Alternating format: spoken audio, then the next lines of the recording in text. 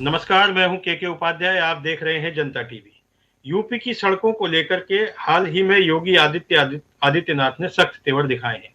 योगी आदित्यनाथ ने हाल ही में हुई मीटिंग में, समीक्षा मीटिंग में कहा कि 15 नवंबर तक यूपी की सड़कें सुधर जानी चाहिए। आखिर ऐसा क्यों हुआ? हमने देखा कि दो एक्सप्रेसवे बने हैं हाल ही में, पूर्वांचल एक्सप्रेसवे और बुंदेलखंड एक्सप्रेसवे। पूर्वांचल एक्सप्रेसवे में अभी 12 घंटे की लगातार बारिश हुई और 12 फुट लगभग सड़क धसक गई। इससे पहले बुंदेलखंड एक्सप्रेसवे में भी उसके निर्माण के उद्घाटन के एक हफ्ते बाद ही वो सड़क धसक गई थी। यूपी की सड़कों की हालत अभी फिलहाल ठीक नहीं है। हालांकि देश में सबसे ज्यादा एक्सप्रेसवे यूपी में बनने जा रहे हैं। बावजूद इसके यूपी में सड़कों को लेकर योगी की चिंता आखिर कहती क्या है? 3 दिनों के लिए उत्तर प्रदेश में सड़क कांग्रेस का भी आयोजन किया जा रहा है, जिसमें केंद्रीय मंत्री नितिन गडकरी भी रहेंगे। इस सड़क कांग्रेस का उद्देश्य है कि यूपी में सड़कों का जाल बिछाना, साथ ही एक्सप्रेसवे, जो सबसे लंबा एक्सप्रेसवे गंगा एक्सप्रेसवे बनने जा रहा है, उसके बारे में बात होगी, उसके उद्घाटन के बारे में बात होगी। तमाम सारी बातें हैं, लेकिन इसकी चिंताओं के बीच में ये क्या आखिर सड़कों का जाल बिछेगा? देखिए ये रिपोर्ट।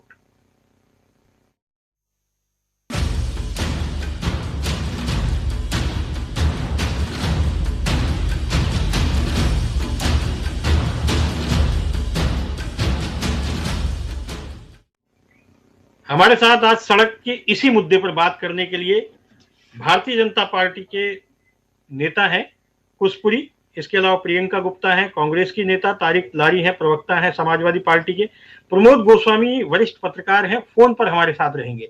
बातचीत की शुरुआत हम समाजवादी पार्टी के प्रवक्ता से करते हैं, लारी जी से। तारिक लारी जी, तारिक जी, यूपी की सड़कों को लेकर मैं बातचीत की शुरुआत आपसे इसलिए कर रहा हूं क्योंकि विपक्ष उस नजरिए से देखता है जिससे कि वो विपक्ष का नजरिया ही होता है बेसिकली, कि कहां कमी है। कमियां देखना विपक्ष का काम है। मैं आपसे जानना चाहता हूं कि यूपी की सड़कों को लेकर के फिलहाल आपकी राय क्या है, और ये जो 15 नवंबर तक यूपी की सड़कें ठीक करने का जो आदेश योगी आदित्यनाथ जी ने दिया है, उसको आप किस रूप में लेते हैं? लारी जी।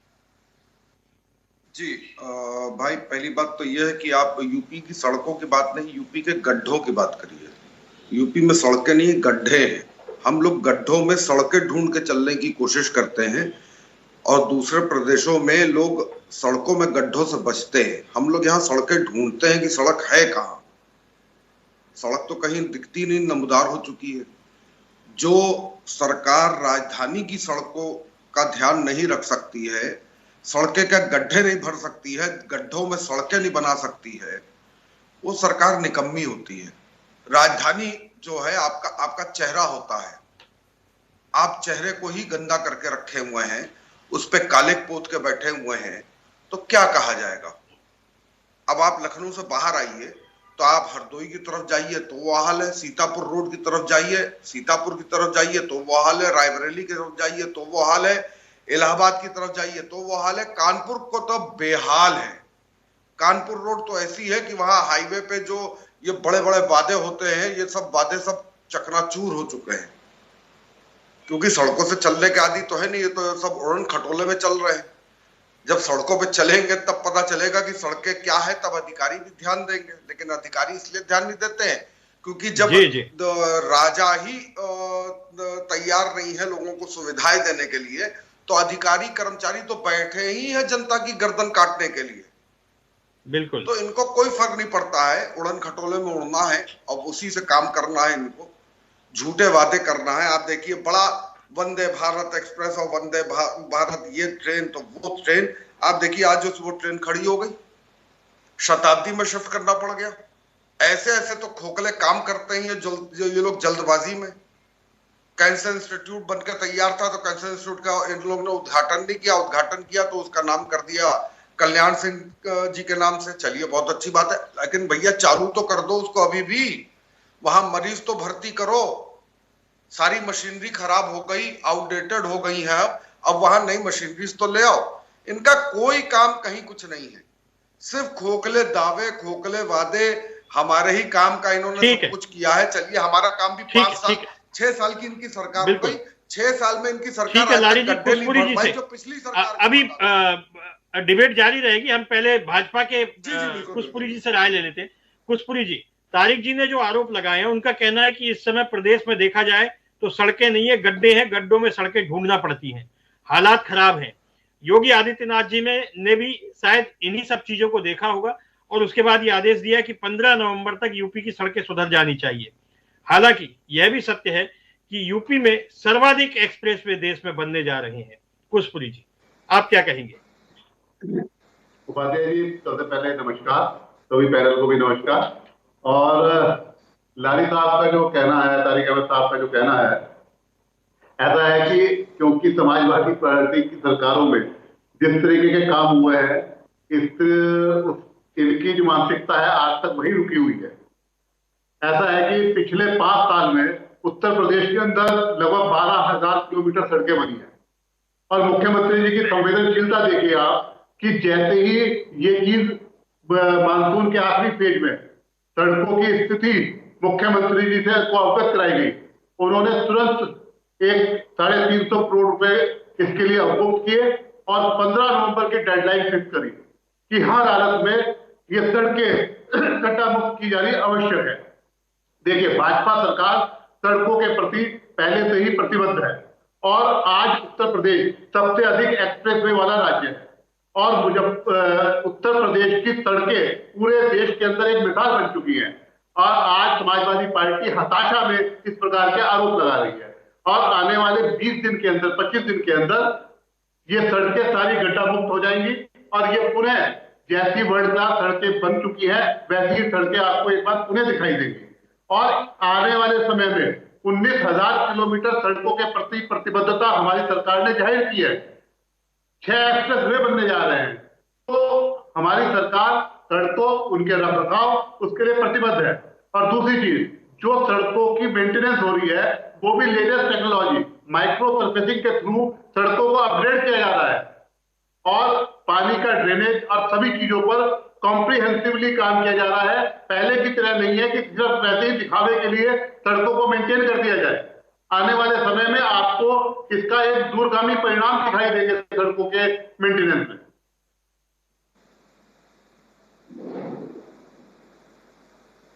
जी कुशपुरी जी, जारी रखिए, आप कुछ कह रहे थे।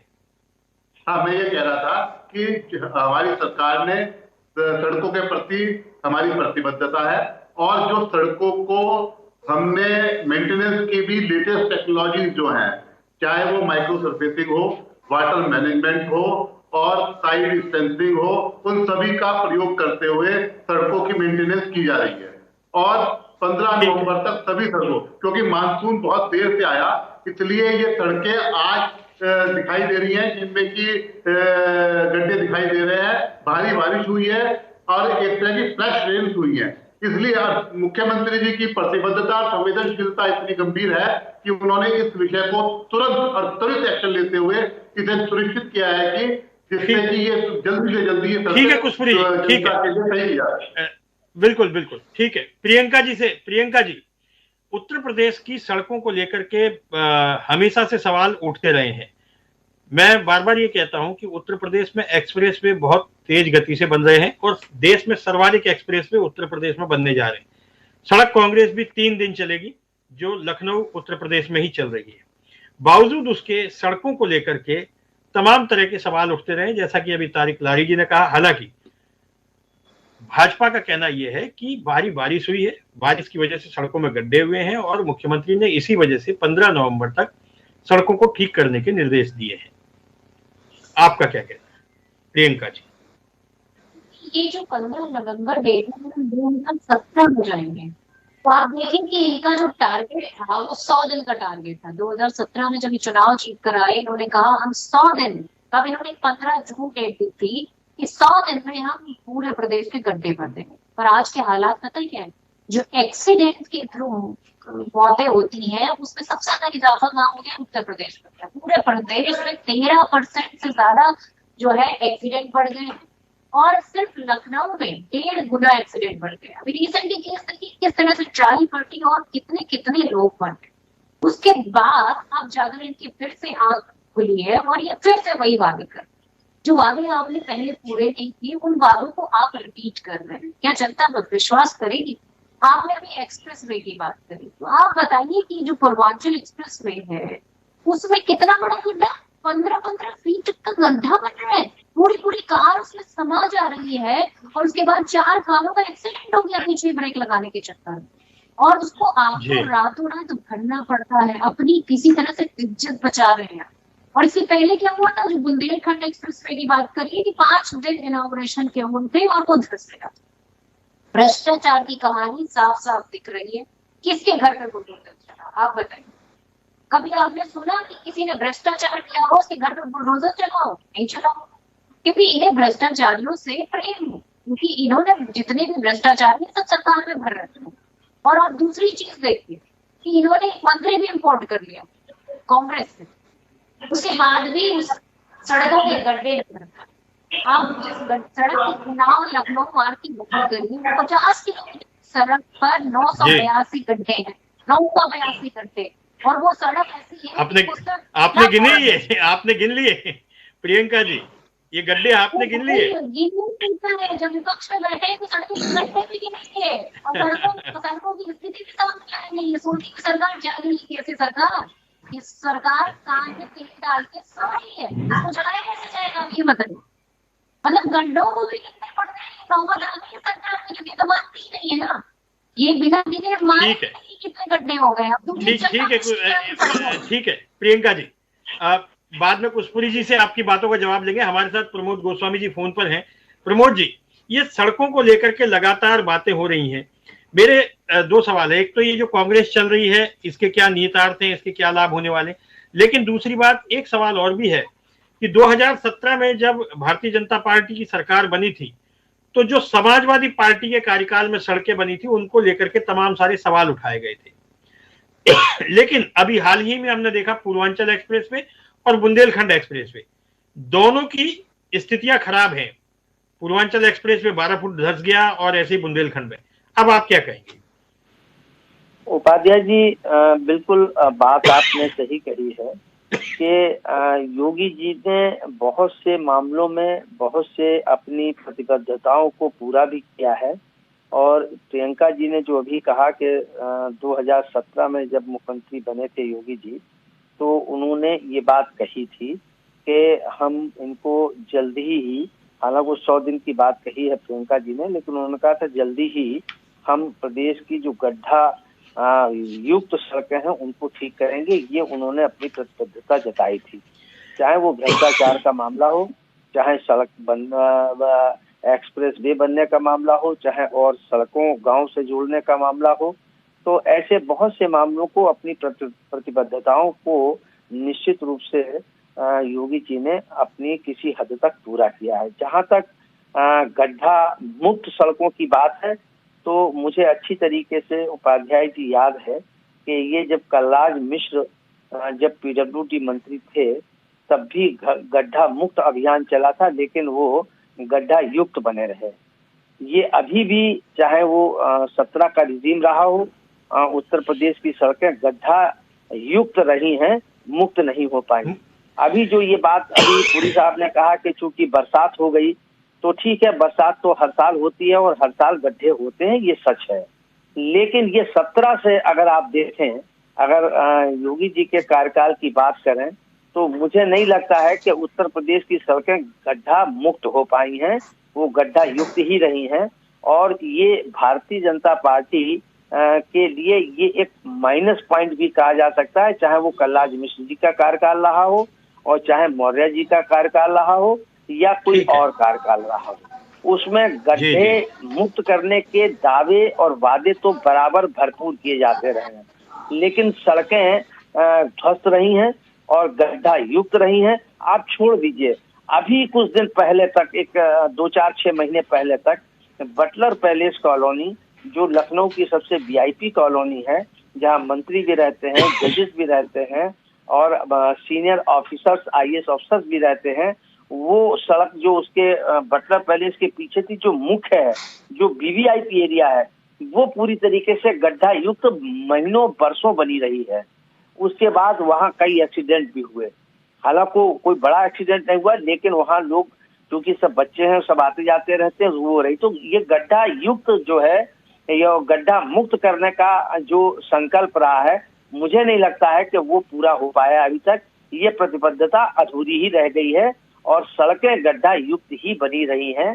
दावे भले ही वो पैचवर्क, जब अगर योगी जी ने कहीं उस पर सख्ती दिखाई होगी तो एक शुरू हुआ और उसके बाद वो लेके झाड़ू वाड़ू लेके और वो गिट्टी और डामर लेके पहुंचे और कर दिया, तो वो खाली औपचारिकता होती रही। लेकिन ये कड़वा सच है, इसमें कहीं कोई दो राय नहीं है। ये कल्ला जी के समय में भी व्यापक रूप से रहा और विधानसभा के अंदर मुझे याद है कि इस मामले को लेकर कल्ला जी को की बड़ी जबरदस्त आलोचना हुई थी और बड़े भ्रष्टाचार के आरोप भी लगे थे। तो ये एक समस्या है, ये मैं नहीं समझता। अभी देख लीजिए, मतलब इस विभाग का विडंबना कह लीजिए या इस विभाग पर निरंकुशता कह लीजिए। एक्सप्रेस वे बना, अभी अखबारों में अभी 2 दिन पहले ही समा कि उसमें लगभग 1 मीटर गहरा गड्ढा हो गया। अभी बने हुए जुम्मा 4 दिन नहीं हुए। जब ये अभी हाल है तो इसके मतलब निश्चित रूप से उसकी क्वालिटी से, उसकी गुणवत्ता से हमेशा ये विभाग समझौता करता रहा है। हालांकि जितिन प्रसाद जी अब ये दावा वो भी कर रहे हैं, देखते हैं अब देखने वाले समय में। अभी 15 तक मुख्यमंत्री जी ने कहा है, हो सकता है कि इस बार इस पर एक सख्ती हो और इस पर ये गड्ढा मुक्त हो जाए। लेकिन अभी तक का जो एक ट्रेंड रहा है या अभी तक का जो हाल या दुर्दशा रही है, वो तो यही है कि गड्ढा मुक्त की बात की जाती रही है लेकिन वो गड्ढा युक्त बना रहा है। ठीक है प्रमोद जी, पहले मैं कुशपुरी जी से बात कर लेते हैं भाजपा के। कुशपुरी जी, मुझे लगता है कुशपुरी जी का संपर्क कट गया है। कुशपुरी जी, आपको मेरी आवाज सुनाई दे रही है? हाँ, दे रही है, ठीक। कुशपुरी जी, अभी आपने तीनों वक्ताओं को सुना, खासतौर पे प्रमोद गोस्वामी जी, वो तो वरिष्ठ पत्रकार है, किसी राजनीतिक दल से संबंध नहीं रखते। ये बात तो सही है कि गड्ढा मुक्त होने की बातें हर सरकार ने की, लेकिन यूपी गड्ढा मुक्त हो नहीं पाया, एक बात। दूसरा जो सबसे बड़ा सवाल है कि दोनों एक्सप्रेसवे की बात मैंने भी की, प्रियंका जी ने भी की और अभी प्रमोद गोस्वामी जी भी कर रहे थे। ये एक्सप्रेसवे बने तो क्या वजह, इस तरह की क्या वजह रही? क्योंकि बड़ा जोर शोर से हल्ला किया गया था कि हमने कम बजट में, समाजवादी पार्टी से भी कम बजट में पूर्वांचल एक्सप्रेसवे का टेंडर कर दिया है। बुंदेलखंड एक्सप्रेसवे भी हमने, समाजवादी पार्टी ने जो लागत बताई थी उससे भी कम लागत में बना लिया है।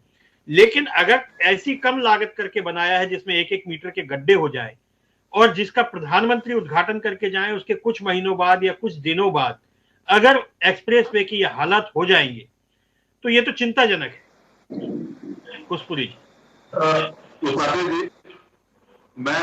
जी, मैंने प्रमोद गोस्वामी जी को सुना, उन्होंने बहुत अच्छी तथ्यपरक बात करी है। देखिए, उत्तर प्रदेश में लगभग 1,21,000 किलोमीटर सड़कें हैं, जिसमें से 83,000 किलोमीटर सड़कें जो है वो पीडब्ल्यूडी की है। और मैं और आप लखनऊ या आसपास की कुछ सड़कों का उदाहरण देते हैं। देखिए, 2017 में जब हमारी सरकार आई, उसके बाद एक मुहिम चलाई गई और हमने सड़कों को गड्ढा मुक्त करने का पूर्ण प्रयास किया। हो सकता है 100% हासिल ना हुआ हो, मैं इस बात से सहमत हूं, परंतु उसमें एक बड़े लेवल पर हमारी सरकार ने काम किया और उसमें सफलता भी मिली। परंतु आप निश्चित समझिए कि 1,21,000 किलोमीटर का जब हम मेंटेनेंस की बात करते हैं तो उसके अपने अपने चैलेंजेस भी हैं। उस चैलेंजेस को मैं मना नहीं करता। और जहां तक प्रियंका जी की बात है, प्रियंका जी ने, क्योंकि उनकी पार्टी को यूपी में खाली बैठी है तो आजकल वो गड्ढा गिनने का काम कर रहे होंगे। अच्छी बात है सब, क्योंकि इस बार तो प्रदेश की जनता ने उन्हें बिल्कुल खाली बिठा दिया है। और मैं मानता हूं कि विपक्ष का काम है। जनता ने 2022 में जो चुनाव जीतना हारना अलग बात है, लेकिन ये विपक्ष का काम भी है, ये विपक्ष का काम भी है। जी, मेरा कहना यह है, आज उत्तर प्रदेश में रोड कांग्रेस का कॉन्फ्रेंस हो रहा है।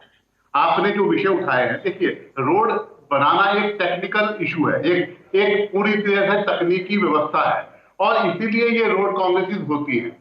तो रोड कांग्रेस के अंदर जो ये एक्सप्रेस वे पे जो इशू आए हैं, निश्चित रूप से ये गंभीर इशू है और इन इश्यूज को टेक्निकली किस तरीके से ठीक करना है, इसके लिए हमारी सरकार पूरी तरीके से गंभीर है और उसके ऊपर पूरा काम भी चल रहा है। उसके कई कारण हो सकते हैं, उसके कारण कई कारण ऐसे हो सकते हैं जो हमारी अचानक कोई फ्लैश फ्लडिंग की वजह से हो सकता है या किसी और कारण से हो सकता है।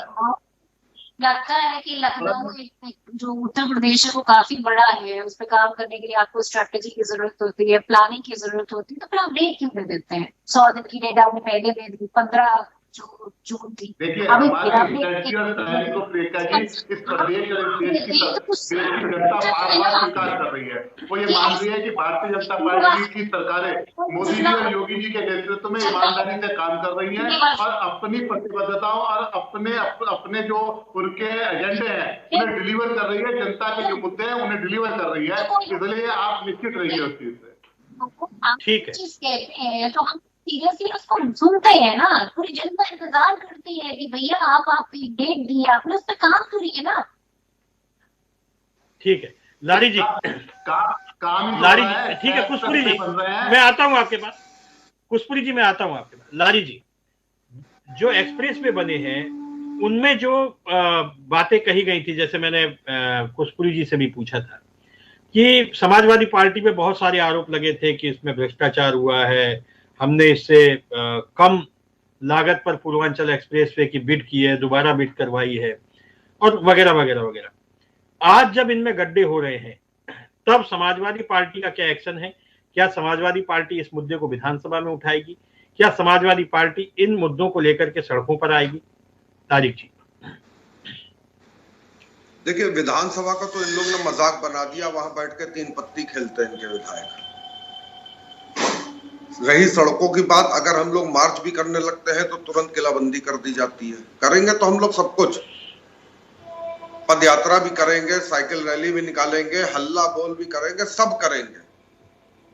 लेकिन आप एक बात बताइए, इन्होंने कहा था कि बुंदेलखंड एक्सप्रेसवे पे और हम लोगों ने बड़ी भ्रष्टाचार की नीति अपनाकर वो उसका बड़ा वो किया था, रिजल्ट आपके सामने है। अभी हमारे भाई पुरी साहब कह रहे थे कि बारिश की वजह से ये हो गया और एक्सप्रेसवे बैठ गया।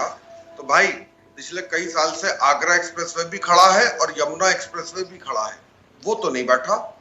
आपका भ्रष्टाचार इतना उजागर है कि उसने पूरा गड्ढा खोद के दिखा दिया कि ये है आपका भ्रष्टाचार, और इसमें इस गड्ढे के बराबर पूरी सड़क जो खाली है उसके बराबर करोड़ों रुपया तौल के आप लोगों के पास पहुंचा है। इसको कहते हैं भ्रष्टाचार। पुरी जी, भ्रष्टाचार वो नहीं है जहां पे आगरा एक्सप्रेस तन के खड़ा हुआ है बारिश में। भ्रष्टाचार ये है जो सामने दिख रहा है, जिसका उद्घाटन माननीय मोदी जी जो 5000 साल से इस भारत वर्ष की सेवा कर रहे हैं, 5000 साल से, आज से नहीं।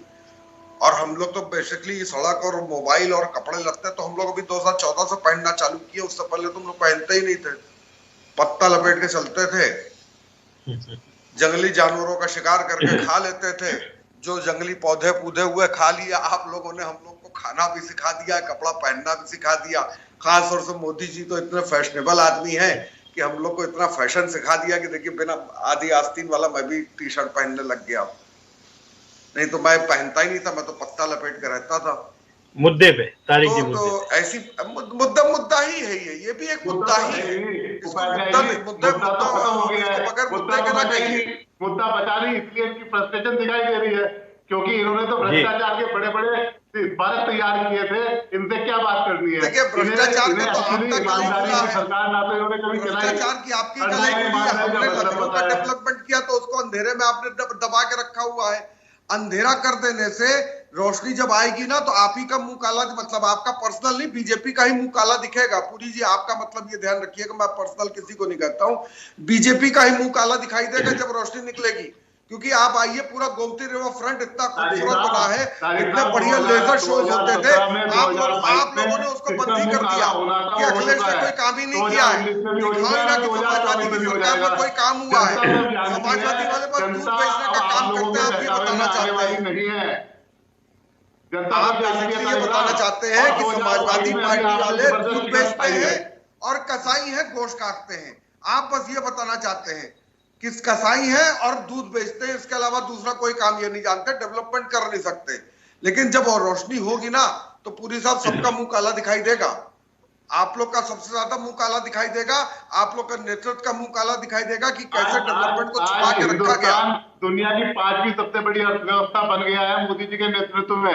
अभी आपको दिखाई नहीं दे रही है तो आप अपनी पार्टी का चश्मा ठीक कीजिए। तारिक साहब अपनी पार्टी का चश्मा ठीक कीजिए।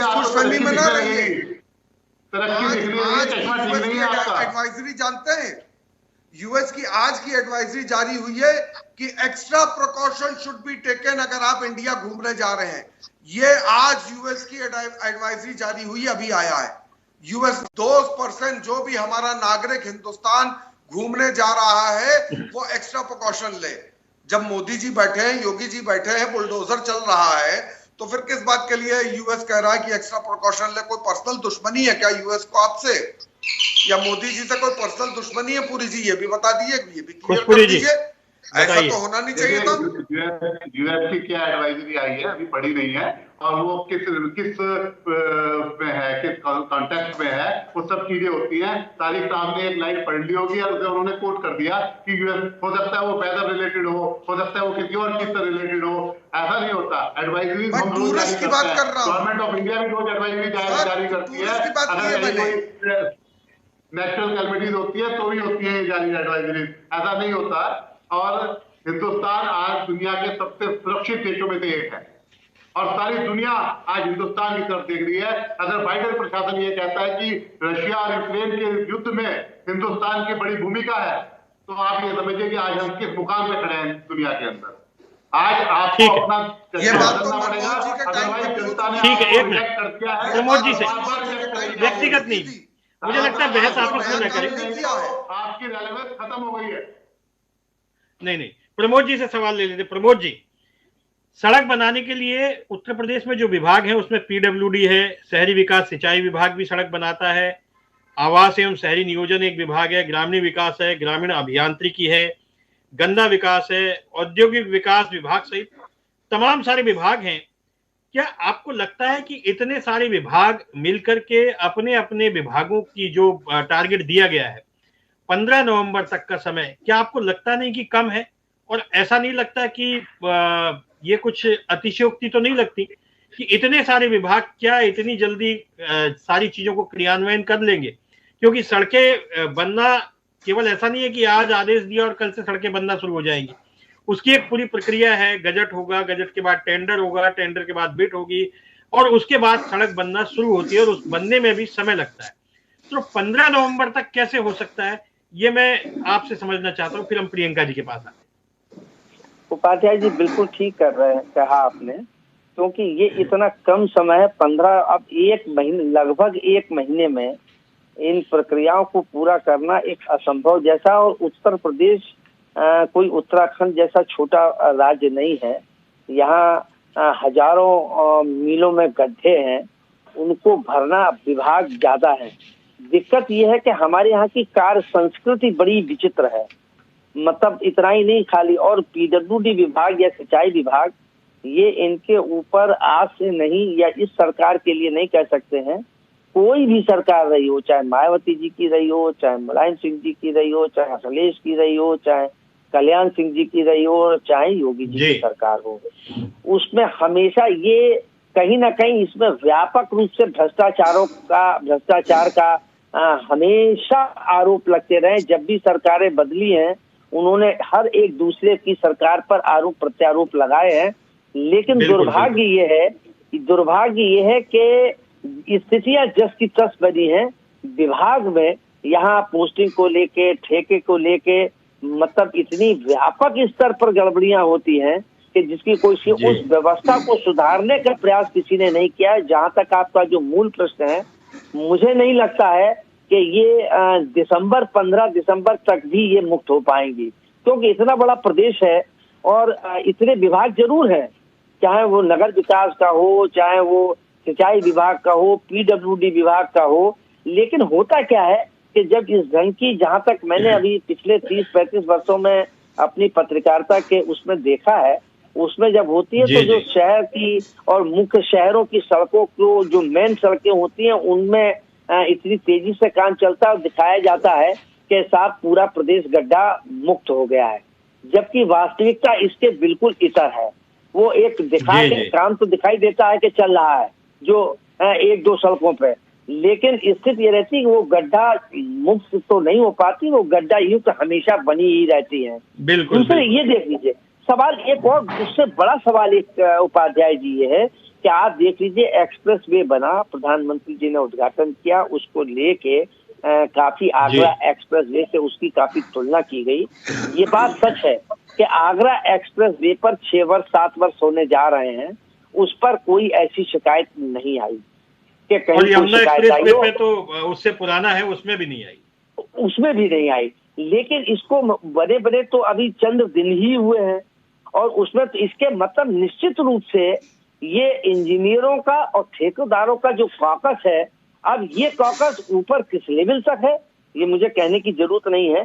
कहीं ना कहीं टॉप टू बॉटम, कहीं ना कहीं एक सिरा से दूसरा सिरा कहीं ना कहीं उसका तालमेल है, वरना ये क्या वजह है। और जो भरे भी जाते हैं गड्ढे, वो 1-2 महीने गड्ढे भरे रहते हैं, बाकी उसकी सब कंक्रीटें अलग हो जाती हैं, वो गड्ढे फिर गड्ढा युक्त हो जाते हैं। तो ये जो दिक्कत है, उसकी जो गुणवत्ता है उस पर ध्यान दिया रह जाता है, और उस पर व्यापक भ्रष्टाचार हो जाता है, और वो कमीशन खोरी जो है वो चौतरफा मुबाए खली रहती है। सच ये, जब तक इस पर कोई भी सरकार, इस पर उसके विभाग के मंत्री, विभागाध्यक्ष इसकी गुणवत्ता पर ध्यान नहीं दे, तो खाली वो ये हो सकता है कि 15 सितंबर तक सब भर जाएं, लेकिन वो भर क्या जाएंगे, वो खाली एक औपचारिकता करके लीपा पोती हो जाएगी, और 15 दिन के बाद वो फिर गड्ढा युक्त हो जाएंगे, वो एक और पैसा पूरा खर्च हो जाएगा। बिल्कुल। तो ये जो दुर्भाग्य है कि इस पर ये देखने की जरूरत है, उसकी जांच होनी चाहिए, इस पर सस्पेंशन नहीं होते हैं, दिखाने के लिए कुछ हो जाते हैं। अगर इस पर सख्ती की जाए, उसकी गुणवत्ता का इंजीनियर उसकी रखे, क्योंकि वो ठेकेदार और इंजीनियर का एक नेक्सस इतना जबरदस्त है कि वो सब घालमेल हो जाता है, और पूरा मुख्यमंत्री जी को बता दिया जाता है, और मंत्री जी को बताया पूरा प्रदेश गड्ढा मुक्त हो गया है, और 15 दिन के बाद वो फिर मतलब 11 महीने और 15 दिन जो है वो गड्ढा युक्त रहता है, 15 दिन गड्ढा मुक्त रहता है। तो इस गड्ढा मुक्त और गड्ढा युक्त का कोई औचित्य नहीं है। अगर ये फॉर्मेलिटी होनी है तो 15 नहीं, ये हो सकता है कि अक्टूबर के एंड तक भी पूरा हो सकता है, अगर इस हिसाब से इतने विभाग हैं, लेकिन वो होंगे 15 दिन, उसके बाद फिर 11 महीने और 15 दिन गड्ढा युक्त रहेगा पूरा प्रदेश। इस पर ध्यान देने की जरूरत है। प्रियंका जी से सवाल ले लेते हैं। प्रियंका जी, अभी जो सड़क कांग्रेस हो रही है उसमें से उसे देखने के उसमें 1500 डेलीगेट्स आ रहे हैं, और उन्हें ये मॉडल बताया जाएगा कि पूर्वांचल एक्सप्रेसवे और बुंदेलखंड एक्सप्रेसवे निर्धारित समय से कम समय में पूरे कर दिए गए। यह एक मिसाल है।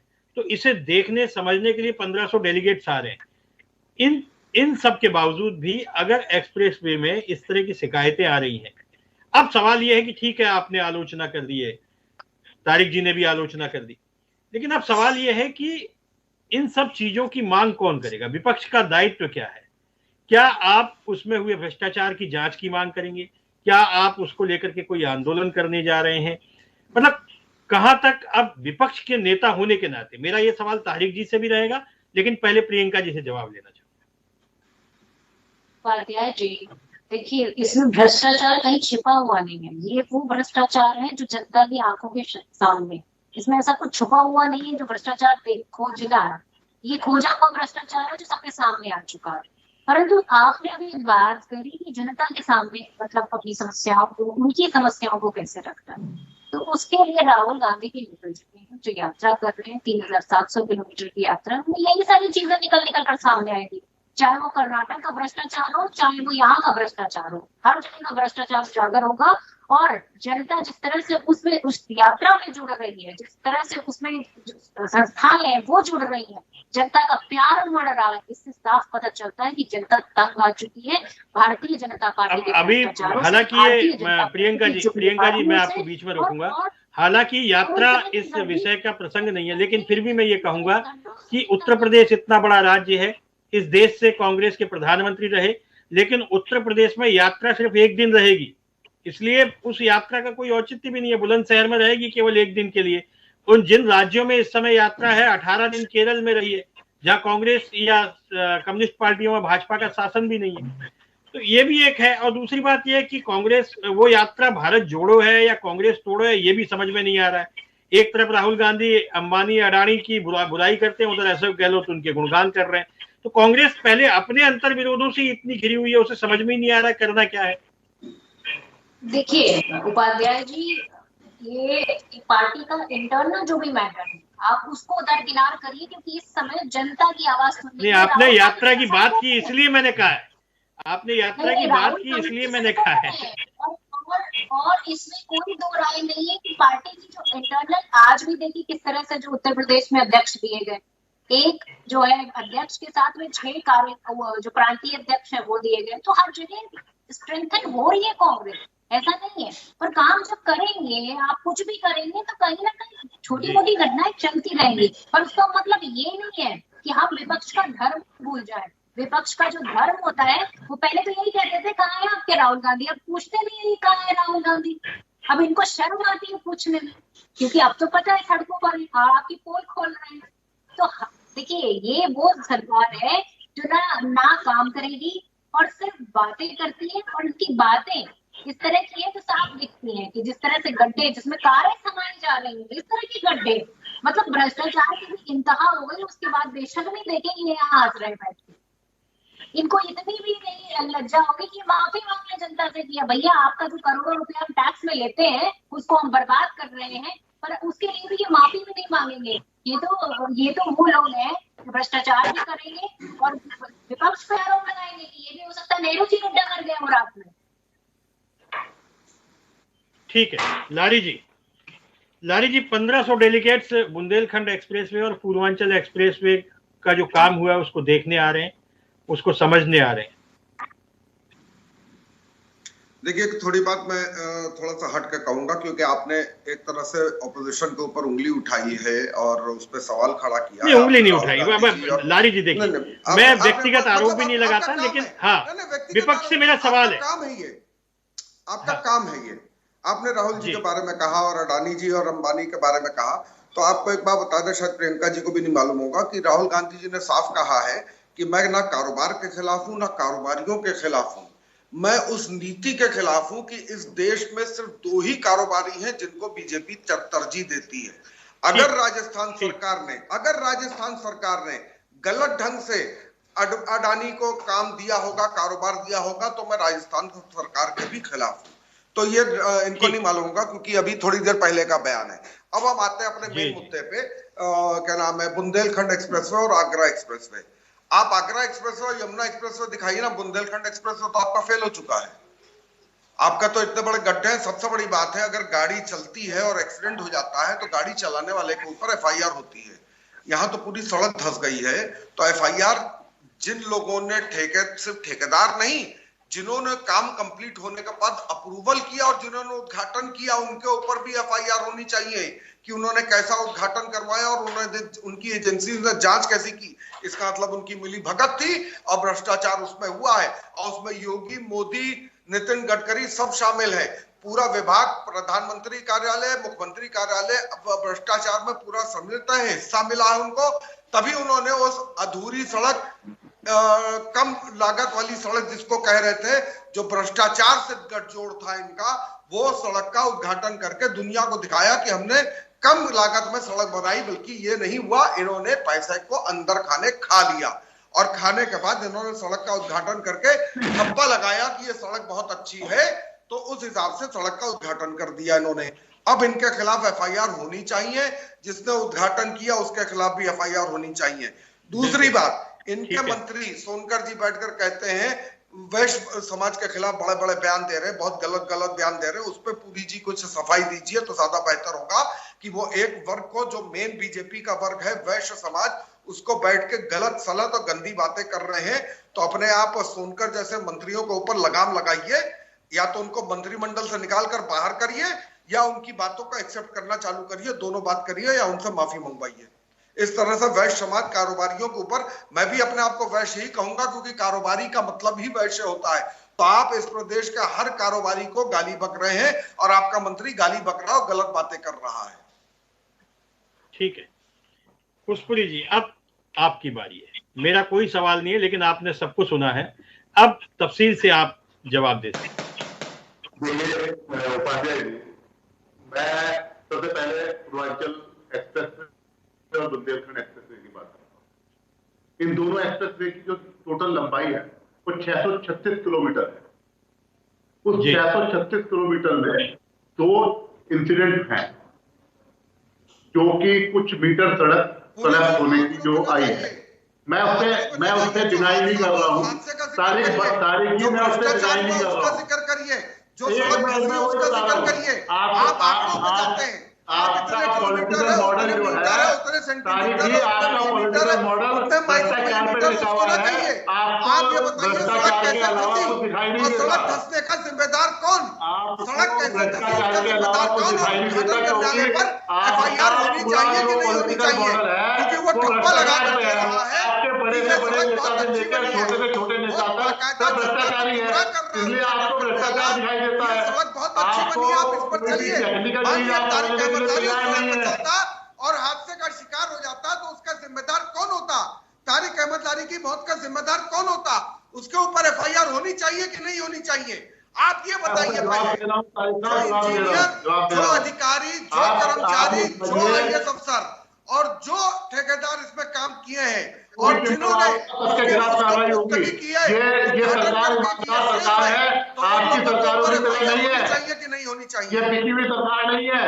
यहाँ पर मुख्यमंत्री पूरी तरह संवेदनशील है और जीरो भ्रष्टाचार उनकी नीति है, जीरो टॉलरेंस है उनकी।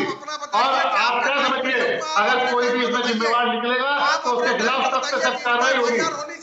और 636 किलोमीटर लंबे 2 एक्सप्रेस रिकॉर्ड टाइम में तैयार हुए हैं और उसमें कहीं तक भी कोई भ्रष्टाचार अभी तक न साबित हुआ है और न हुआ है। प्रधानमंत्री बन गए हैं, प्रोजेक्ट के अंदर भ्रष्टाचार साबित है।